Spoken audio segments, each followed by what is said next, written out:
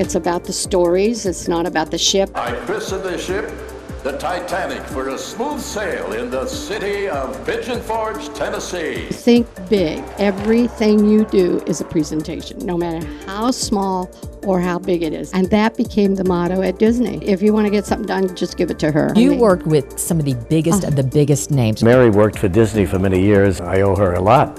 And she left a few years ago, strike out on her own, and, created this exhibit. You're not done. The Women's Suffrage Museum here in Knoxville. Tennessee became the deciding state to allow us to obtain our voting rights. I want to create a whole new concept for the museum. What did you want to be? I wanted to be a teacher. You have been a teacher. You've taught stories. You've told stories. There are many more stories to tell, and we're excited to listen to them.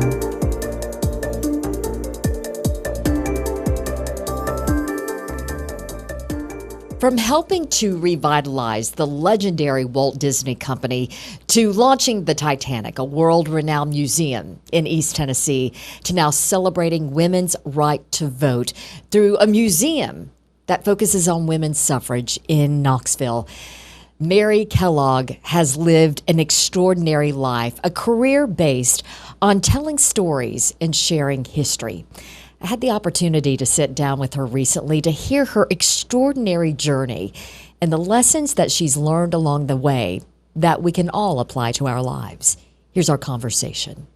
Mary Kellogg-Joslyn. It's so good to see you. It's so good to see you. Thank you for coming. I've been looking forward to this discussion. We were talking offline that I feel like I've got to know you in the recent months, but I feel like now I'm going to really get to know you after this conversation. Well, I hope so. Well, we in East Tennessee know Joslyn, connected to Titanic, that wonderful museum in Sevier County, and we're going to be talking about that. But your story goes well beyond that, and that's what we want to dig into, your journey, your path, which my understanding is started in Chicago. It's the Chicago home. Yeah, Chicago. I'm just right out. I grew up outside of Chicago. I would say the one person that influenced my life the most was my father, who had his own company and his own business and was very diligent about how you treat people. And we were fortunate to have a life that was very comfortable. And I can remember one day my brother and I went downstairs and we were both saying, we want, whatever it was we wanted.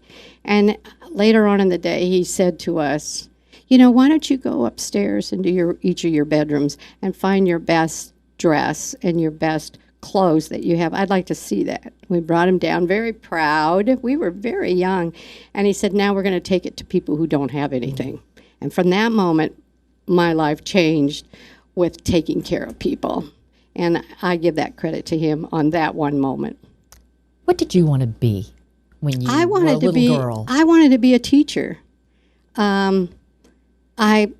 That's all you ever were going to be as a woman. You didn't think any bigger than that. Not that that isn't important, but I wanted to be a history teacher. Yeah. You have been a teacher, because I think it's very easy to share, given the journey you've taken.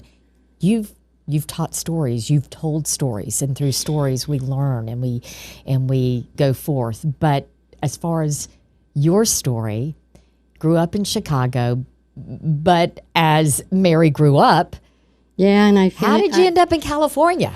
Well, I don't know. I came home one day to my father, and I said, I'm going to California. And he goes, just out of the blue. Yeah. I'm going to California. And he goes, well, you don't have anybody in California. I go, I know. Well, what are you going to do? I don't know. I'm going to go to California.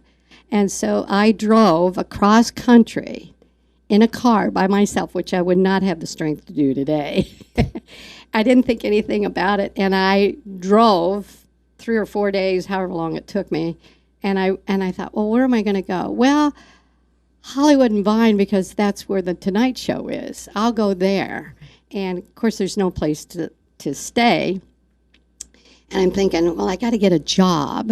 So I looked in the paper, and there's nothing there. And I finally found a job in an agency, and I became a receptionist. Okay. Keep going, but I want to pull in a story that you told me not long ago. And I think I shared the story that when I saw Prada has Yes, the Devil Wears Prada. This Devil is the Wears story. Prada, and I said I was Anne Hathaway.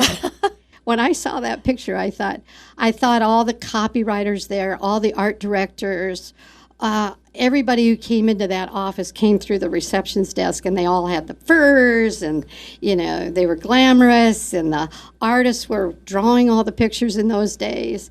And they said the one job I had to do was make coffee, and I thought, okay. And being raised by my father, who was efficient with dollars, I thought, well, you don't need to really put all these grinds in there. I'll put fewer, we'll save some money. And the first thing that comes out of the head art director, head of the whole thing, and she came in with furs and boots and whatever, and she said, who made this coffee? And I remember going, I did. Well, learn how to make coffee. Well, from that day forward, I learned how to make coffee. I bet you can make some mean coffee now. Yeah, that was a lesson learned. Don't cheat. Do it right. So. And that has propelled you throughout life, and we're going to see that as our conversation continues. But would you have changed that opportunity? Are you grateful for that opportunity to have been Anne Hathaway in The Devil Wears Prada? Because oftentimes that would hold people back. They would be like, I don't want to go forward, but you propelled forward. Yeah, I knew I didn't want to be a receptionist for long.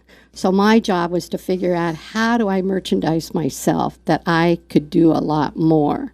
So I was always very aggressive with, if it was the direct mail or the copywriter, I was always in their cubicles saying, hey, is there anything I can do for you? So I was known as the go-to gal.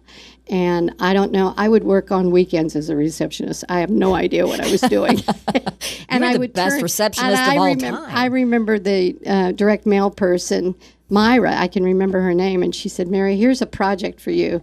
Nobody's been able to figure it out. And I thought, So I sat all weekend, worked on whatever this project was. I had it on her desk on Monday morning, and she said, nobody's been able to figure this out. Thank you. And I thought, you know what? That's what you have to do, is push yourself to do more than you think you can do. And I knew I could make an impression. So that was my first step. Yet another life lesson through experience. Push yourself. Push yourself through. And you did. And you know what? You also have to push yourself out of a comfort zone. And I was very young, naive, and I just wanted to work. And I wanted to be the best. I wanted to be the person that they'd say, if you want to get something done, give it to her. And that became the motto at Disney. Michael Eisner would say, if you want to get something done, just give it to her. So before you got to Disney, because we're going to get into that, that was an exciting time, I know, for you. I mean, a pinnacle, I'm sure, in many respects. What came after being a receptionist?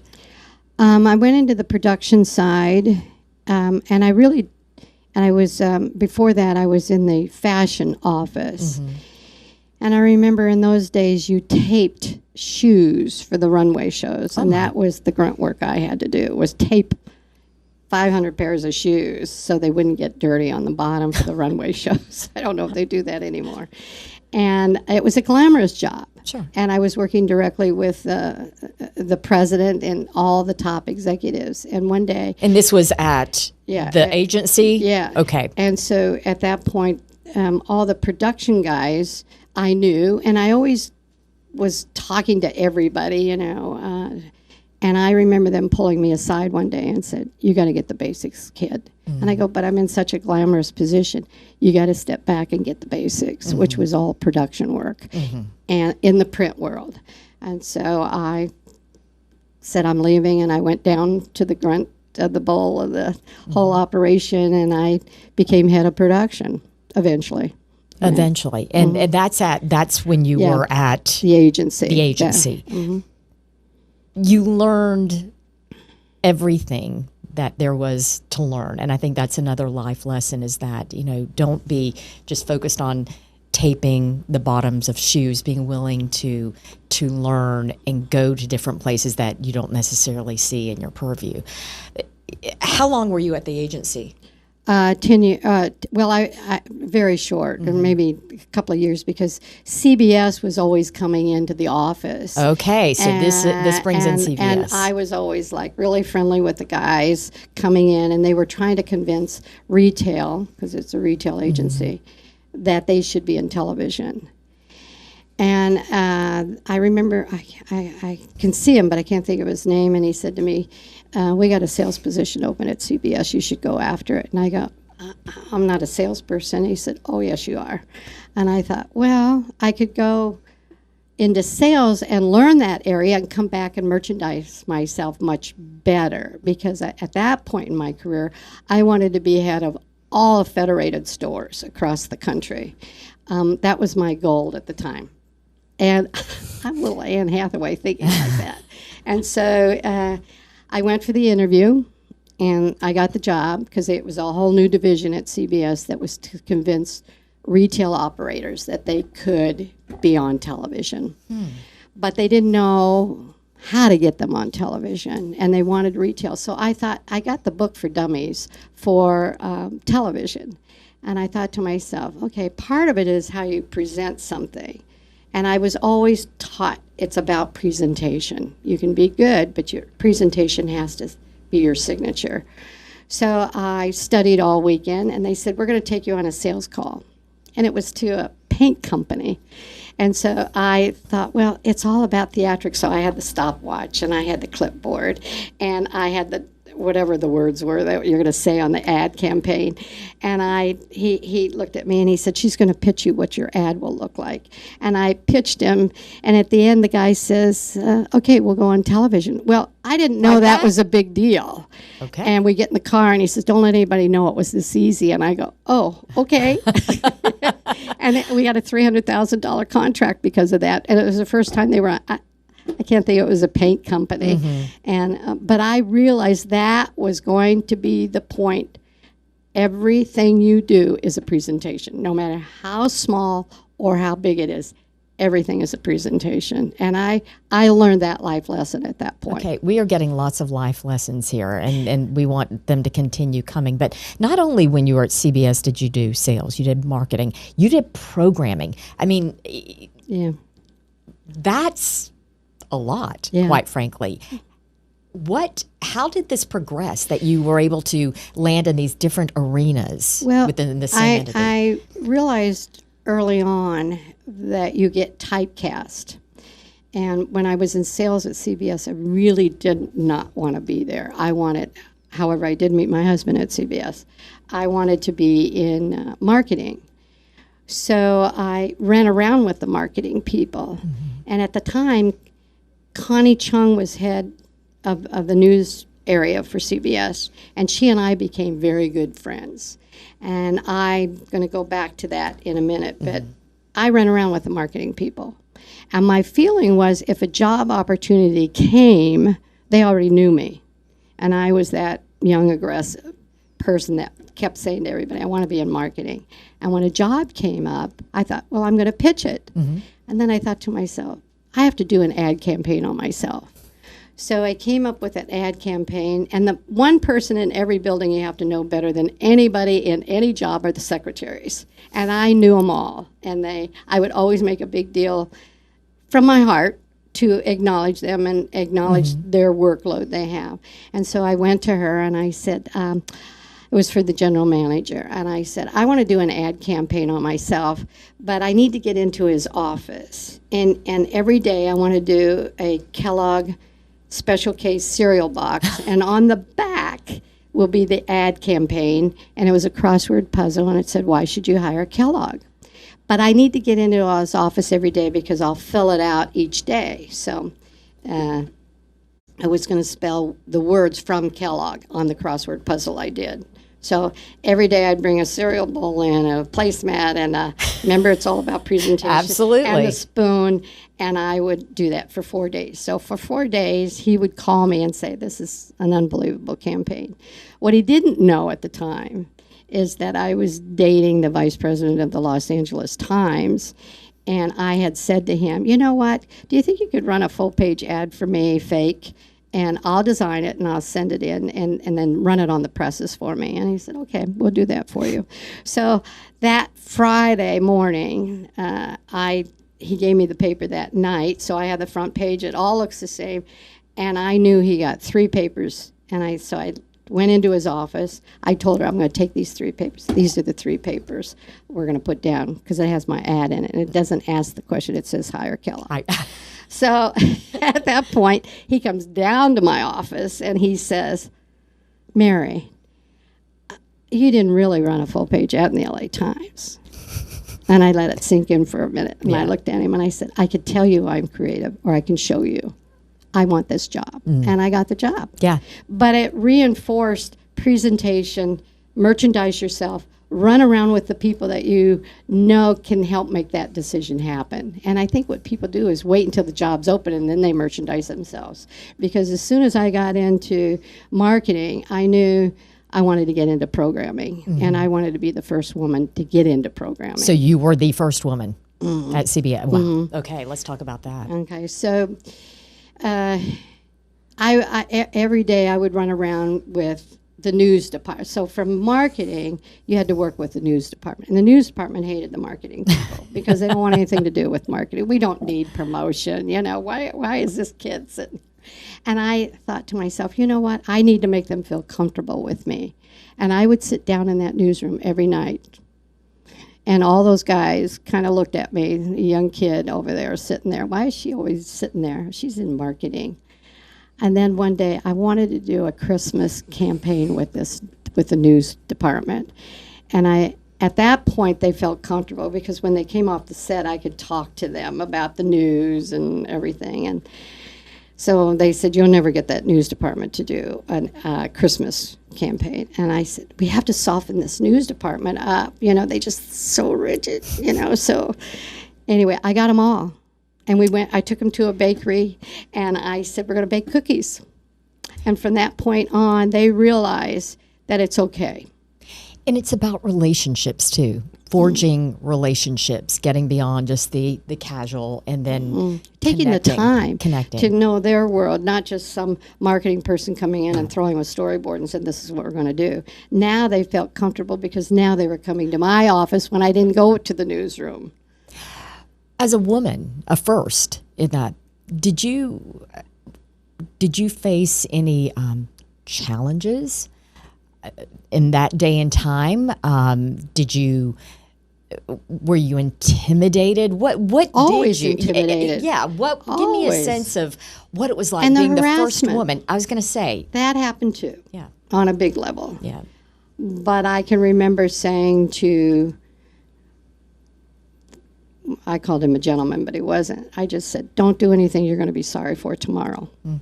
And it stopped. But then they called me again and said, hey, you want to have dinner? I go, this guy's not stopping, you know. Yeah. And I just said, no, sir, I do not. And he said, you don't want to play? I said, I do not. So you have to nip it, and it's really hard. You have to dig really deep. And at the time, you're so young, you don't know that you have the capability of what I teach other women. The most powerful word in the English language is no. No. You know, it doesn't mean that they aren't stronger than you, but you have to walk into that room that, don't screw around with me, you know. You were at CBS then 10 years? 10 years. 10 years. How, just sum up what that decade, how we heard, just have, as you've explained, the lessons learned, but how did it transform you to prepare you for the next chapter at Disney? You know, I had a mentor at CBS, and he was fantastic. He believed in me, and he pushed me really hard. And he really pushed me hard. And there was times I'd think, oh, my God, can I make it through all of this? But at the end of the day, we became best friends. And I remember that we had just purchased the first station to buy Jeopardy! Host of Jeopardy! And we were going to put it on at a block. And it had only been on for like three weeks or something, and corporate calls and says, you're going to take that show off the air. It's not going to be Jeopardy? Okay. And I remember it was a Friday night, and I walked into the gentleman, the GM at that time, and I said to him, I threw my, he says, we got to take Jeopardy off. And I threw my keys on the floor, I remember, and sat on his couch, and I said, this is ridiculous. We just got this. It takes time to build the audience. I was saying all the key words. And then I said, you know what? There's a sleeping giant out in the valley called Disney. Somebody's got to get a hold of that. That's where we should go. Little did I know, 6 months later, we would both get a call and be asked to come to Disney. So that is how that's how it happened. The pivot came. And I can't imagine what that experience was like. 'Cause it was so exciting. You worked with some of the biggest of the biggest names. We're talking Jeffrey Katzenberg. We're talking Michael Eisner. You were in their realm as far as the job you were brought to do. Talk about that experience in working with these legends, if you will, in that industry. It was the most exciting time, and it was the most stressful time. There were about 20 of us that were brought in with the idea that, we're going to shake this up and rebuild this company. Because when Walt Disney died in the 60s, I forget the date now, it kind of went to sleep. And nobody paid much attention to Disney. There was certainly the parks were successful, but the rest of the company kind of went to sleep. And I had worked with them when I was at CBS. So I had worked with Disney, trying to get them to do more promotions with CBS. And so when I was at CBS, it was a company that was in flex at the end. You could feel the tension in the higher levels, and it was being filtered down, and you could feel that tension. Also, if you're in a meeting, you never contradicted your boss. And here I go to Disney, and it's a whole different atmosphere. The atmosphere is within this room, you can disagree with everybody. Collaboration? Totally. And Michael Eisner led that. And there was so much I learned from him. And then Jeffrey, he was very intense, and Rich Frank. And these meetings every Monday morning, you better be on your game, because they knew your business as well as you did. And they were starting all new businesses. I mean, the best story I could give you is the home video division is formed. Bill Mechanic, who went on to be head of one of the other studios eventually, but and Carol Black, who went up and headed up the women's television cable. I forget what it was called. And we're in a meeting, and there have been many meetings about home video. What do we take out? Do we take out any of our animation ones? So this is pre getting that VHS and putting it in your VHS player. It was the first time, the heavy discussion, and it was many, many discussions, and Michael's leading it, and Jeffrey's very aggressive.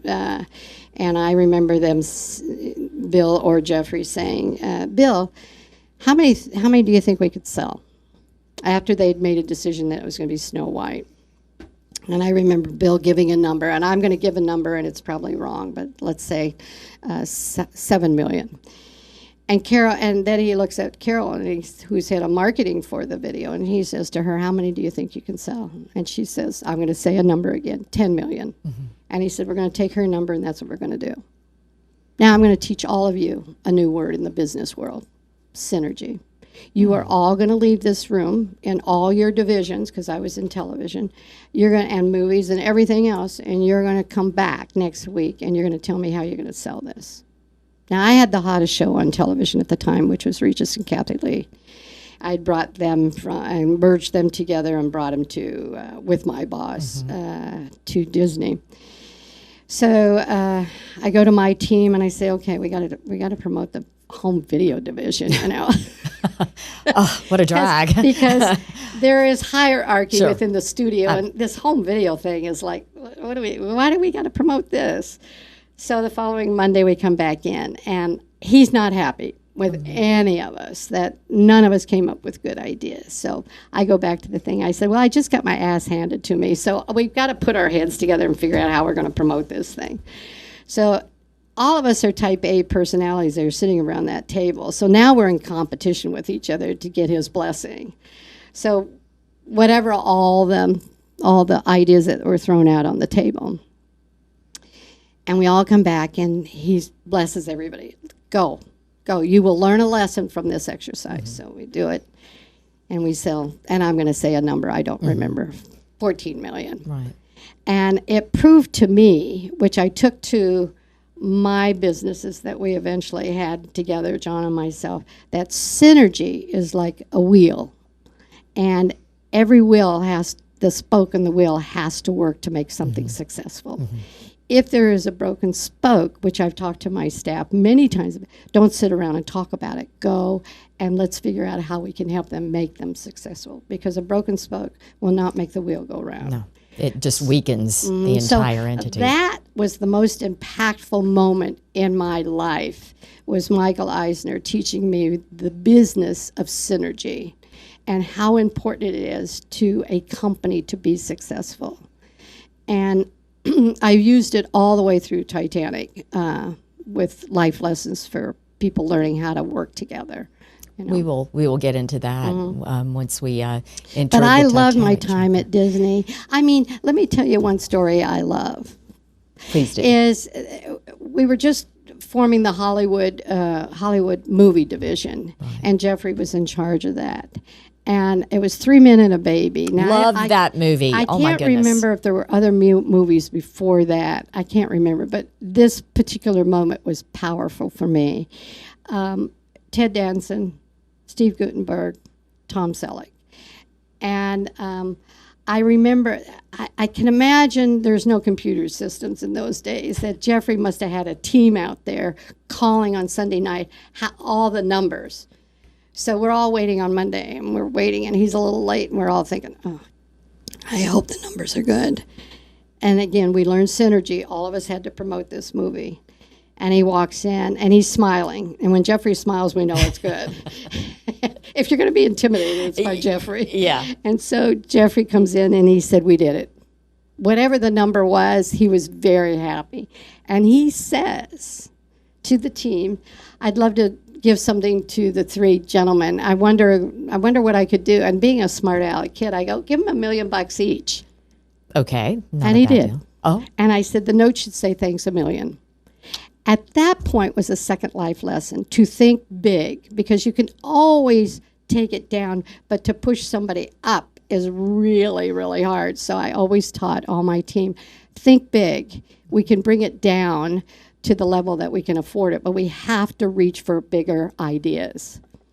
What made you learned so many lessons from Jeffrey and Michael, but what made them remarkable leaders?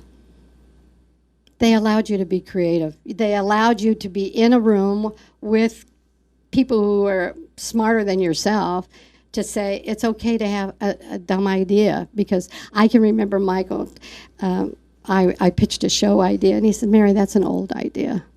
Now, do you know how that feels in front of these powerful people to be told, that's an old idea, Mary? I go, oh, okay. But it pushed you to think outside of the box all the time.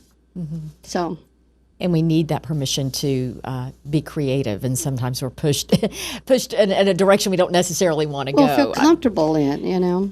So you were at Disney 20 years. When did you decide, okay, it's time to pivot again? And what did that pivot look like? Michael was gone. Jeffrey was gone. All the team, the original team, was all gone. And I'm the last standing. Mm-hmm. There are 2 life lessons I learned. One, be in control of your life. Mm-hmm. And that contract was put down to extend my stay. And I remember coming home to John, it was in October, and I said, this isn't going to work. I need to leave. And you said you're going to build Titanic. I'm going to join your company. And that's how it all happened. Okay. So John takes a deep breath, oh my God, I got to work with her now. I had to live with her and work with her. Oh my goodness. Okay, so here begins the Titanic journey. Mm-hmm. Your husband was very entrenched in the actual Titanic. Yeah. Let's get into So that. John left CBS and formed his own production company and was very successful. John Joslyn. John Joslyn. Our niece always went, John Joslyn. I said, does she think your full name is John Joslyn?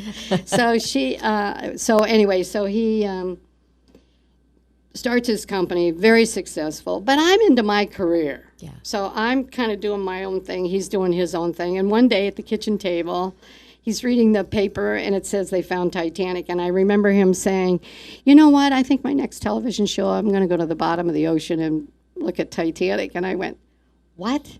So he had to figure the cabling system, the camera systems, to finance it, to put it all together. And in 1985, Titanic was found.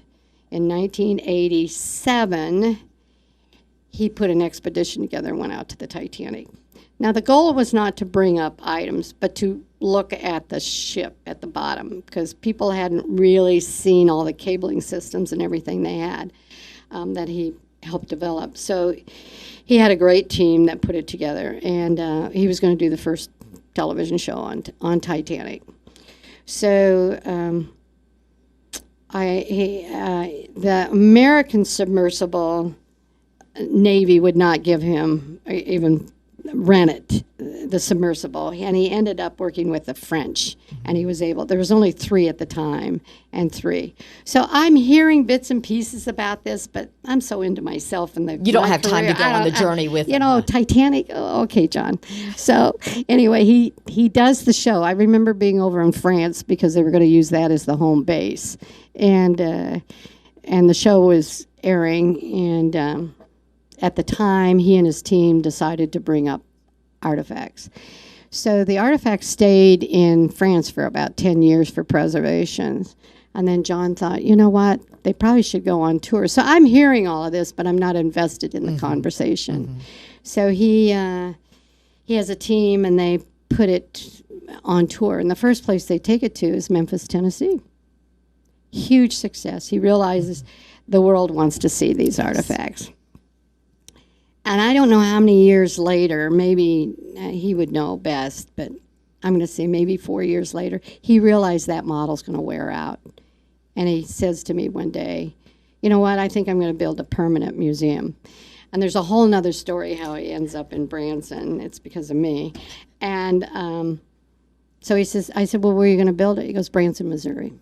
Now he waits for 10 years for that piece of property on the corner. He said, location, location, location. He's in the long game. And he says, you have to build them in tourist destinations because it's a revolving door all the time. So knock on wood, I join him. I knew nothing about Titanic, so I developed a war room. And who's going to come, and why would they come? And so you have to figure out the marketing strategy before you can build it. I knew that. And I go, John says, men are interested in Titanic. I said, well, I don't see that. I see it as women 25 to 54 with children. That's who we got to go after. And so he said, I said, that's who we're going to market to. And so we hired a designer who worked with me on other projects for 25 years. And we started designing it together, and I decided that we needed boarding passes, and it's about the stories. It's not about the ship, and the artifacts. The artifacts validate who you are. The stories are what got people to come in. They wanted to hear the story, and the best story I have is at the beginning when you passed out the boarding passes. The men tend to put them in their pocket, but by the time crew members are starting to tell the story, it slowly comes out of the pocket and says, oh, would you tell my story? Mm-hmm. So I knew that we were locked in, that it was the stories, and that's how we're going to promote this thing. So that's how that all began. So, and I realized events, marketing was the key to that particular success. And I mean... And hugely successful. Very successful. To the point that, hey, why just do one? Yeah, he walks in the office and he says, probably about 6 months after we opened, and he says, you know, we have to open a second one. I went, John, I haven't slept in 18 months. What are you talking about? We got to open another one. He goes, yes, because the two, if one has a challenge, we have two to keep each of them propped up. And I said, well, where do you want to build that? And he goes, Pigeon Forge, Tennessee. And I went, well, where is that? Get on a plane and we come to Pigeon Forge, Tennessee. First impressions. And it's a tourist destination. It's on steroids, you know.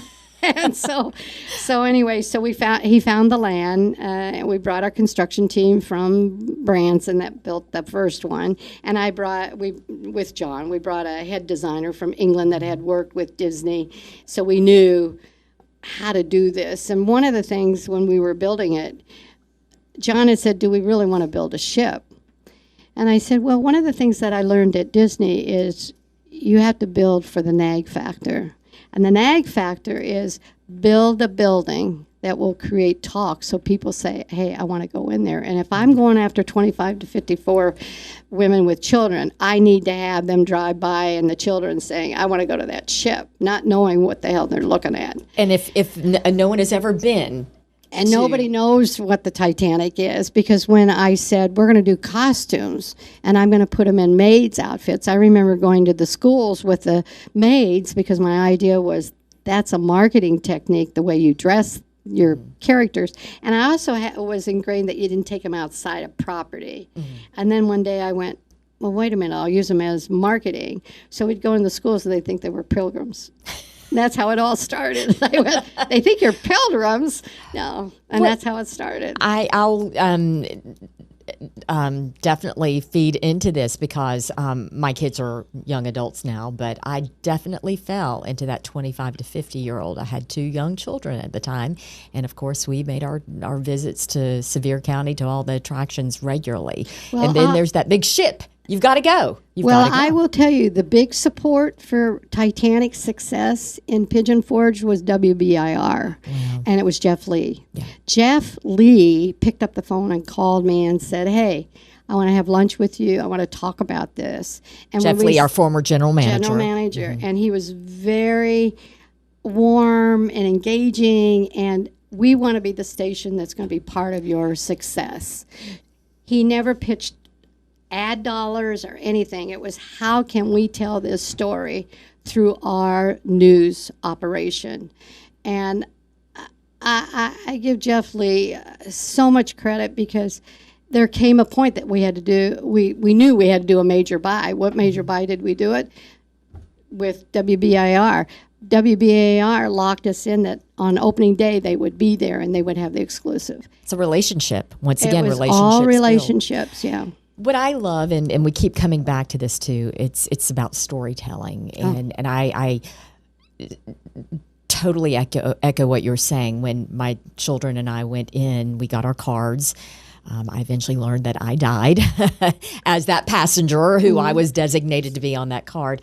But it was an experience. You walk through it and you're experiencing something. You're not just consuming it, but it's a back and forth, if you will.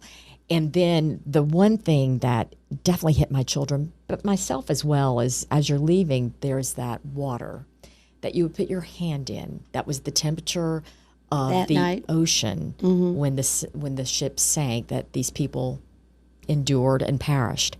And it just was such this eye-opening experience, I think, for me and my kids, and probably anyone who experienced it. It brought it to life. Mm-hmm. It's about bringing stories to life. Yeah, and you know, I worked inside the ship because I was head of operations also. When John and I were living in L.A., building Branson, I remember saying to John in the car when we were going to get in the airplane to go back to L.A., I said, John, I don't want to be an owner that's looking at the numbers. I want to feel it. I want to be excited about if there is success, we didn't know at that point, or if there's challenges, I want to be able to help. Mm-hmm. And I can't do that from LA. We got to sell our home and we got to move to Branson, Missouri. So we moved to Branson, Missouri, because I wanted to live it and breathe it. Yeah.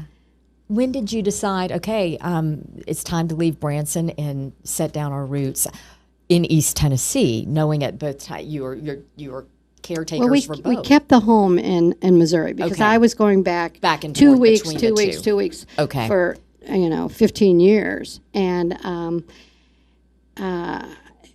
And when we built here, we knew we had to have a home here too. Yeah, So yeah. we had a home here too.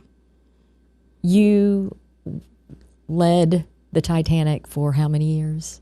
Over 22, 23 years, you know. Yeah. Yeah. And it was, you know, I would give so many speeches, and I would, people would say, well, which one's better? And I said, well, that's like asking if one of your children's better. But what I'm going to talk about is a person that I admire, I did not know, but the concept matches with his philosophy was, and that is Walt Disney built Disneyland. He walked it, nurtured it, developed it, found out where the pinch points were, what worked, what people wanted to know about it, and that was the philosophy I had. So as you walk it, you see that something is backing up. How do you fix that? And one of the problems we had was third class, because it backed up because you're going to the grand staircase now. And I thought, how do I fix this problem?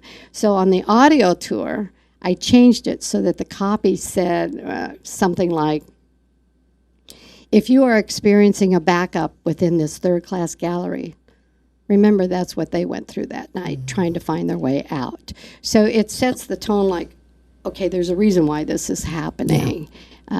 Yeah. It It's didn't change. experience. I still had a problem, you know, but at least I was trying to explain it. You had a reason behind I was it, always beyond the always reason. looking for solutions.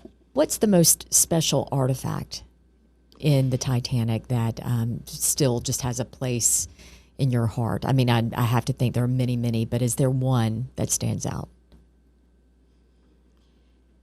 I can't. Yeah, I there are can't too do many? that. It's too many, Yeah. and there- no, I just can't. Yeah, John and may that's be fair. able to. I think Yeah. he had a piccolo that, or a piccolo that he talks about a lot. You had to make a hard decision, you and your husband, a couple of years ago, and that was to sell the company. What went into that decision? Well, and it's not a secret. We realized within the company that John headed the company, and I reported to him because that was one of the rules.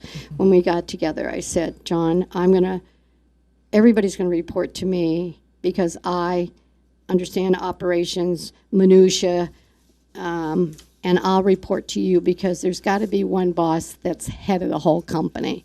But you can't, for example, when he walked in on Branson one day, and and he's such a nice guy, and she say to him, well, Mr. Joslyn, you know, if we did this X, Y, and Z, and he would agree with her, and I went, can we talk for a minute, John? And he goes, what? I go, John, you cannot agree with the crew member because maybe she pitched it to the general manager, and the general manager said, no, now you just cut his legs off. You can't do that. You have to send her to the general manager. And John's not used to doing that. Sure. He's used to running a company and just making decisions. Right. And so I said, that's why you're the big boss, not the day-to-day. You say, thank you. I don't know if that's a good idea or not. Talk to your Leave it to general her. manager. You know. But, you know, John brought, you know, when we made the decision, it's because for 2 years, John, I felt, was not invested in the company. And I wasn't quite sure why. Had we just settled down and we were in a routine? And my two top executives, when I sat and talked to them, I said, something's wrong because that isn't John. And we identified that he had stage 1 of dementia. And I called my key executives and crew members in, and I said, I'm going to tell you something, but I want to keep it in confidence, and I trust you enough to tell you so you know why he's not around, because he wasn't coming in anymore. And he was working out of the house. And I said, John has dementia. And at that point, within a year, we got an offer. And John was invested in that it was time to sell. And I really didn't want to do it, but the pressure on me was huge. And so we made the decision to sell to a New York investment company. And I'm can't telling imagine the you, emotion. Robin, it took me, I didn't know if I could get through it because I was so emotionally distraught that we did this. Did you feel at any point, oh, we screwed up, we made, yeah, made we a shouldn't mistake? have done it. Yeah. Many days, you know. And I'm not a crier, so I never had that kind of a breakdown, but inside I was so sick. And there were days I think, do I even want to survive? I mean, I gave everything to this. And you'd hear little bits and pieces of changes, which is normal. Now, you know, I'm away from it, I understand. But I cared so much about this crew, and I didn't want anything to happen to them, and I couldn't protect them anymore. When you look back now, a couple of years since, and you look at what you built, what you and John built, what you created, and the impact it has had on that community, noting that, once again, tourism is tremendous for Sevier County. Mm-hmm. How do you view that when you look at the big picture of all that you invested emotionally, financially, physically into this? You know, it would be like leaving CBS. You have to know when the time is right. It's like leaving Disney. The time is right. You got to let it go. And things change. And the reason we have development periods, like now I'm on another, is to develop other women. I really was known at Titanic as Mary really focuses on women, and I'm very proud to say that many women I pushed and the many tears that were shed, it's telling them you can do it, and they did it. And at the end, the entire company, 90% were all executive women that ran that company. And so now on this next venture, whenever we talk about that, it's about developing the women. And I keep saying to the team, I need more women on this team. Well, that is the perfect segue into your next venture, because many people who would be walking in your shoes by this point would be like, okay, I'm done. You're not done. Mm-mm. This next venture is something that everyone is excited to see come to pass, the Women's Suffrage Museum here in Knoxville. Okay, number one, why Knoxville? Well, there was in 1920, Tennessee became the deciding state to allow us to obtain our voting rights. And we needed one more state. And Tennessee was that state that the women decided we have to go after. Once that decision was made, all the voting took place, and there was one vote, one man in Tennessee that broke the tie, that gave us, and we always say, take the rights to vote. And so he lived in Nyota, right outside of Knoxville. So it was that one deciding Harry Burns, and it was his mother who wrote a letter and said, do the right thing, son, give them the right to vote. And here we are. And here we are. And this is an effort. Bring us up to date on where the effort stands to bring this museum to downtown Knoxville. So when the Women's Suffrage Women's Suffrage movement was celebrating their 100th anniversary, I always worked 2 and 3 years ahead of time at Titanic. And I said to the research team, there had to be women that were part of this movement on the Titanic. Find me those women. We were able to identify 9 women that we could confirm were actively involved. Now, there were probably, all of them were actively involved, but 9 we could identify. So I then thought to myself, well, there must be an organization in Knoxville. And I identified it, and the one woman's name that came up every time was a woman named Wanda Sobaniski. And she, for 30 years as an attorney, she got interested in a textbook saying that we finally got the right, one line, we finally got the right to vote in 1920. That's it. And she couldn't believe it. And for 30 years, she dedicated her life to understanding, knowing the stories. She was a storyteller, and developing it. So when I called her and talked to her and said, I've identified 9 that were on the Titanic, I'd like to have a meeting with you and show you how my research. And then number 2, I'd like to invite you to come to our Titanic dining room and host a luncheon and talk about these women, which I did. Cut to, she did not know we had sold Titanic. And 2 years ago, we just, about 6 months into quote, retirement. She called me and she said, "Hey, Mary, I just bought a building, and I'd love for you to be on the board or the advisory." And I said, "Well, I don't do that." And I said, "Let's meet." So we meet. We look at the building, and I go, I don't do things small. I got to have the second building next Just to take it. a look at Titanic. I got to have that second building. So to her credit, the fundraising started. It's still going on. But the goal is, and we're already in development, we've identified all the galleries. We've identified all the stories. And so I've been working night and day, doing what I did on Titanic, learning the stories and how do we bring these stories to life. But what I want to do is throw the museum concept out the window. We did a little bit with Titanic, but now we're in the AI world, projection mapping. I want to create a whole new concept for the museum. So we're in heavy development with all of that, which would take it to a whole different level. And will I have a boarding pass? I will have a voting card. You will get a real name of a real woman on that card. And you will vote eventually through this tour with your card. And it will say, "Thank you for voting in 1920. Just remember, 27 million women could vote now. But you don't have rights to your children. You don't have rights to property." So it was only the first door that was open. There's so much more that we didn't get that had to be worked on. And we had sisters who had so many thorns on that rose, and we addressed that too. I said, it's a messy, messy story that has to be told. And there is a big road I had to travel with learning. I couldn't have done it without Wanda. And we make a perfect team. We're going to bring Wanda on in the near future along with you, invite you back, because we do want to do a deeper dive into this this vision, which you hope will end up being a standing museum to recognize that step. I would love for it to be an important part of Knoxville, that it becomes not just, and when I started, it was just the United States.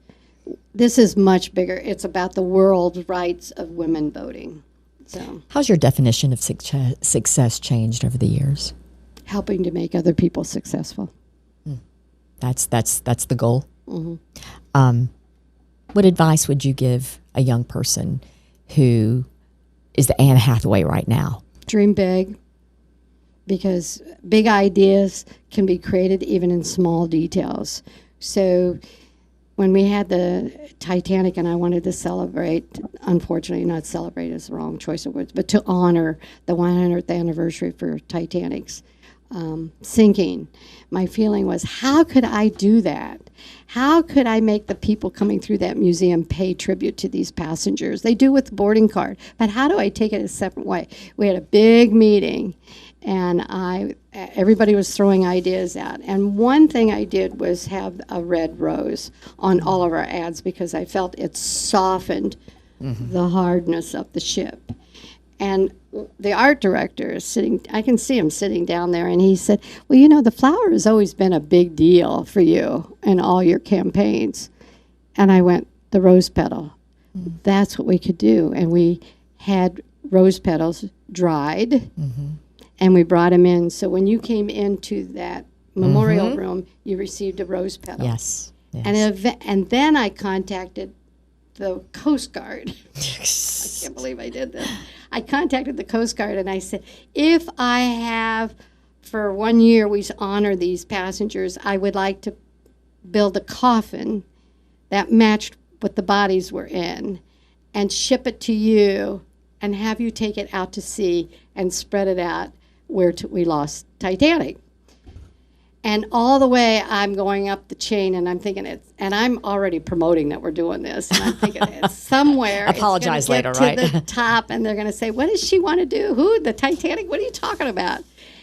And it went all the way to the top to the Admiral. And we shipped the boxes from Branson and from Pigeon Forge, I think to Boston. And they put it on the Coast Guard ships. And they went out to sea and they were all dressed in uniforms. They took those and they threw the petals out on the water where Titanic in silver bowls. They were as protective of what we wanted to do. So when it was over with, I happened to be in Washington, D.C. once, and the Admiral was there speaking. And it was another Titanic exhibit.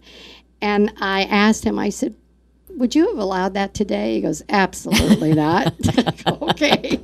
Timing. It's all about timing. I was very, very lucky. But that reinforces think big, shoot for it, try it, nurture it. Take a risk. And when you get no's, you still push forward. You know, everybody at the ship always said, don't walk into her office and give her a no, give her a solution.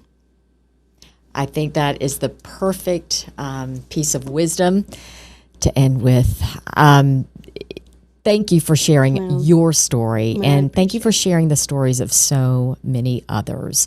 There are many more stories to tell, and we're excited to listen to them as they come forth. Mary, it's always a Kellogg, pleasure, Joslyn. and I appreciate your words of wisdom that you share every day with your audience. So thank you. Mary, thank you. Okay.